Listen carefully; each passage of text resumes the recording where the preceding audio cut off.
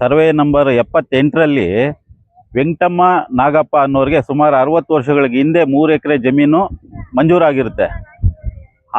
ಆ ವೆಂಕಟಮ್ಮ ಏನಾಗಿದ್ದಾರೆ ಅಂದರೆ ಸುಮಾರು 45 ವರ್ಷದ ಹಿಂದೆನೇ ವೆಂಕಟಮ್ಮ ತೀರ್ಕೊಬಿಟ್ಟಿದ್ದಾರೆ. ಅವ್ರ ಗಂಡ ನಾಗಪ್ಪನೂ ಇಲ್ಲ, ತೀರ್ಕೊಬಿಟ್ಟಿದ್ದಾರೆ. ಈಗಿರ್ತಕ್ಕಂಥವ್ರು ಅವ್ರ ಮಕ್ಕಳು ಒಬ್ರು ಇಬ್ರು ತೀರ್ಕೊಂಡಿದ್ದಾರೆ. ಅವ್ರ ಮಕ್ಕಳು 3 ಜನ ಅವರು ತೀರ್ಕೊಂಡಿದ್ದಾರೆ. ಈಗಿರ್ತಕ್ಕಂಥವ್ರೆಲ್ಲ ಅವ್ರ ಮೊಮ್ಮಕ್ಕಳಿದ್ದಾರೆ. ಇವ್ರ ಮೊಮ್ಮಕ್ಕಳು ಕೆಲವರು ಬೇರೆ ಬೇರೆ ಊರುಗಳಲ್ಲಿ ಇರೋದ್ರಿಂದ ಇಲ್ಲಿ ಯಾರೂ ಇವ್ರದ್ದು ಸ್ವಲ್ಪ ಜಮೀನುಗಳು ಸ್ವಲ್ಪ ಕೋರ್ಟಲ್ಲಿ ತಕರಾರಲ್ಲಿದೆ.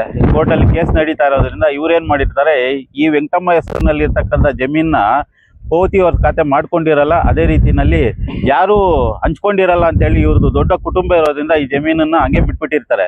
ಈ ಜಮೀನು ಹಂಗೆ ಇದೆಯಲ್ಲ ಅನ್ನೋದು ಗೊತ್ತಾಗ್ಬಿಟ್ಟು ಈ ಜಮೀನ್ ಪಕ್ಕದಲ್ಲೇ ಇರ್ತಕ್ಕಂಥ ಈ ಫ್ಯಾಕ್ಟ್ರಿ ಮಾಲೀಕ, ಇಟ್ಕೆ ಫ್ಯಾಕ್ಟ್ರಿ ಮಾಲೀಕ ಅಮರ್ ಅನ್ನೋರು ಏನ್ ಮಾಡ್ತಾರೆ ಅಂದ್ರೆ, ಇದನ್ನ ಏನಾದ್ರೂ ಮಾಡಿ ಕೋಟ್ಯಾಂತರ ರೂಪಾಯಿ ಬಾಳ್ತಕ್ಕಂಥ ಆಸ್ತಿನ ಕಬಳಿಸ್ಬೇಕು, ಹೊಡಿಬೇಕು ಅನ್ನೋ ಉದ್ದೇಶದಿಂದ ಅಮರ್ ಅನ್ನೋರೇ ಬೇರೆ ಕ್ಯಾಸ್ಟು, ಈ ವೆಂಕಟಮ್ಮ ಅನ್ನೋರೇ ಕುರುಬರು.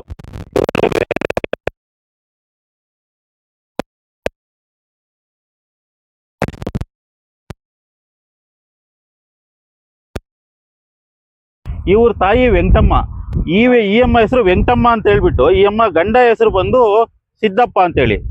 ಇವರು ಇದನ್ನ ಹಿಂಗಾದ್ರೂ ಸ್ವಲ್ಪ ಮ್ಯಾಚ್ ಆಗುತ್ತೆ ಅನ್ನೋ ಉದ್ದೇಶ ಇಟ್ಕೊಂಡು ಏನ್ ಮಾಡ್ತಾನೆ, ಈ ಅಮ್ಮನ್ ಕರ್ಕೊಂಡು ಹೋಗಿಬಿಟ್ಟು ಇದನ್ನೇನೇ ಮಾಡಿ ಕಬಳಿಕೆ ಮಾಡಿ ಇದನ್ನ ಒಂದು ರಿಜಿಸ್ಟರ್ ಮಾಡ್ಕೊಳ್ಬೇಕು ಅನ್ನೋ ಉದ್ದೇಶ ಇಟ್ಕೊಂಡು ಅಮರ್ ಬಂದು ಈತ ಶ್ರೀನಿವಾಸ್ಗೆ ಹೇಳ್ತಾನೆ, ನಾನು ಯಾವುದೋ ಒಂದು ಜಮೀನನ್ನ ಕೊಂಡ್ಕೊಂಡಿದ್ದೀನಿ, ಅದನ್ನ ನನ್ನ ಹೆಸರಲ್ಲಿ ರಿಜಿಸ್ಟರ್ ಮಾಡಕ್ ಆಗ್ತಾ ಇಲ್ಲ, ನಿಮ್ಮ ತಾಯಿ ಹೆಸರಲ್ಲಿ ರಿಜಿಸ್ಟರ್ ಮಾಡ್ತೀನಿ, ನಿಮ್ಮ ತಾಯಿದ ಆಧಾರ್ ಕೊಟ್ಟು ಕರ್ಕೋಬಾ ಅಂತ ಹೇಳ್ಬಿಟ್ಟು ಹೇಳ್ತಾನೆ.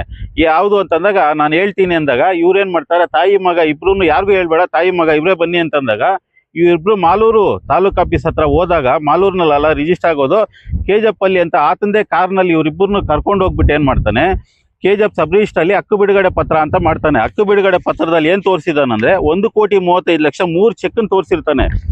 ಆ 3 ಚೆಕ್ ಅಲ್ಲಿ ಈ ಅಮ್ಮನ ಹೆಸರಿಗೆ ಯಾವುದೇ ರೀತಿ ಚೆಕ್ ಕೊಟ್ಟಿರಲ್ಲ. ಈ ಅಮ್ಮನ ಪಾಸ್ಬುಕ್ ಅಲ್ಲಿ ಈಗಲೂ ಪಾಸ್ಬುಕ್ ಜೆರಾಕ್ಸ್ ಇದೆ, ಕೊಡ್ತೀವಿ. ಅದು ಯಾವುದೂ ಅಕೌಂಟ್ ಅಲ್ಲಿ ಯಾವ್ದು ಟ್ರಾನ್ಸಾಕ್ಷನ್ ಆಗ್ಲಿಲ್ಲ, ಇವ್ರಿಗೆ 100 ರೂಪಾಯಿ ಕಾಸು ಕೂಡ ಸೇರ್ಲಿಲ್ಲ. ಆದ್ರೆ ಈ ವೆಂಕಟಮ್ಮಂದಲ್ಲ ಜಮೀನು.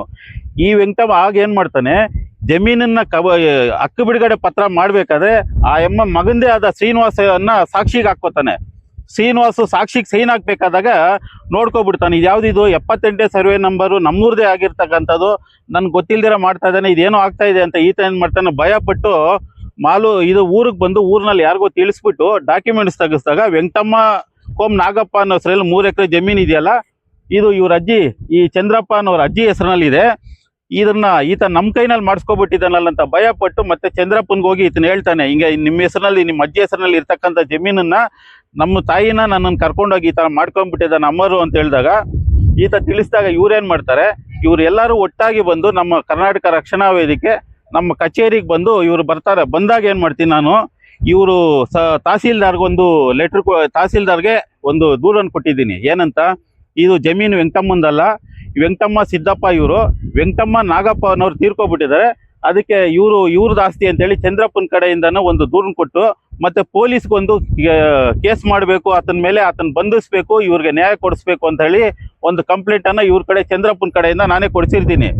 ಕೊಡಿಸಿದಾಗ ಏನಾಗ್ತದೆ, 4-5 ದಿವಸದಿಂದ ಬೇರೆ ಬೇರೆಯವ್ರ ಕಡೆಯಿಂದ ಫೋನ್ ಮಾಡಿಸ್ಬಿಟ್ಟು, ಇಲ್ಲ ಏನೋ ತಪ್ಪಾಗ್ಬಿಟ್ಟಿದೆ, ಊರ್ ಮಾತು ಅದೆಲ್ಲ ಆಗೋದು ಬೇಡ, ನನ್ನ ಮೇಲೆ ಕೇಸ್ ಮಾಡೋದು ಬೇಡ, ನಾನು ಮತ್ತೆ ವಾಪಸ್ ಮಾಡ್ಕೊಡ್ತೀನಿ ಜಮೀನು ಅಂತ ಹೇಳ್ಕೊಂಡು ಆ ಜಮೀನು ವಾಪಸ್ ಮಾಡ್ಕೊಡ್ತೀನಿ ಅನ್ನೋ ಪತ್ರ ಕೂಡ ಇಲ್ಲಿ ಕ್ಯಾನ್ಸಲೇಷನ್ ಪತ್ರ ಕೂಡ ರೆಡಿ ಮಾಡಿಸಿರ್ತಾರೆ. ರೆಡಿ ಮಾಡಿಸ್ತೀವಿ, ಇಲ್ಲಿ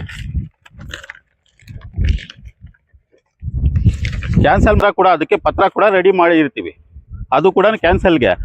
ಆದ್ರೆ ಕ್ಯಾನ್ಸಲ್ ಮಾಡಕ್ಕೆ ನಿನ್ನೆ ಬರ್ತೀನಿ ಅಂತ ಹೇಳಿದ ವ್ಯಕ್ತಿ ಏನ್ ಮಾಡ್ತಾನೆ, ಊರಲ್ಲಿ ಯಾರೋ ಹೇಳ್ತಾರಂತೆ, ನೀವು ಊರು ವಿಚಾರ ಇದು, ಊರಲ್ಲೇ ನ್ಯಾಯ ಮಾಡಿ ಸೆಟಲ್ಮೆಂಟ್ ಮಾಡ್ಬಿಡೋಣ ಅಂತ ಮಾತಾಡ್ತಾರೆ. ಅದು ಇವ್ರಿಗೆ ಯಾರಿಗೂ ವಿಚಾರ ಗೊತ್ತಿರೋದಿಲ್ಲ. ಆದ್ರಿಂದ ಯಾವುದೇ ವ್ಯಕ್ತಿ ಕೂಡ ನ್ಯಾಯ ಪಂಚಾಯತಿ ಯಾವಂಥದ್ದು ಮಾಡೋದು ಬೇಡ. ಚಂದ್ರಪ್ಪನವ್ರ ಅಜ್ಜಿದ ಆಸ್ತಿ, ಅವ್ರ ಕುಟುಂಬದವ್ರು ಎಲ್ಲರೂ ಬಂದಿದ್ದಾರೆ, ಅವ್ರ ಆಸ್ತಿ ಅವ್ರಿಗೆ ಸೇರ್ಬೇಕು. ಈಗ ಅಮರ್ ಮೇಲೆ ಏನು ಕೇಸ್ ಆಗಿದೆ, ಅಮರ್ ಮೇಲೇನು ಕೇಸ್ ಆಗಿದೆ, ವೆಂಕಟಮ್ಮನ ಮೇಲೇನು ಕೇಸ್ ಆಗಿದೆ, ಮತ್ತೆ ಶ್ರೀನಿವಾಸು ಇನ್ನೊಬ್ಬ ಸಾಕ್ಷಿ ಜ್ಯೋತಿ ಅಂತ ಯಾರಿದ್ದಾರೆ ಅವ್ರ ಮೇಲೆ ಕೂಡ ಕೇಸ್ ಆಗಿದೆ. ಅಮರನ್ನು ಬಂಧಿಸಬೇಕು, ಮತ್ತೆ ಅದನ್ನ ಅವ್ರ ಆಸ್ತಿನ ಅವ್ರಿಗೆ ಸೇರ್ಬೇಕು ಅನ್ನೋದೇ ನಮ್ಮ ಒಂದು ಹೋರಾಟ.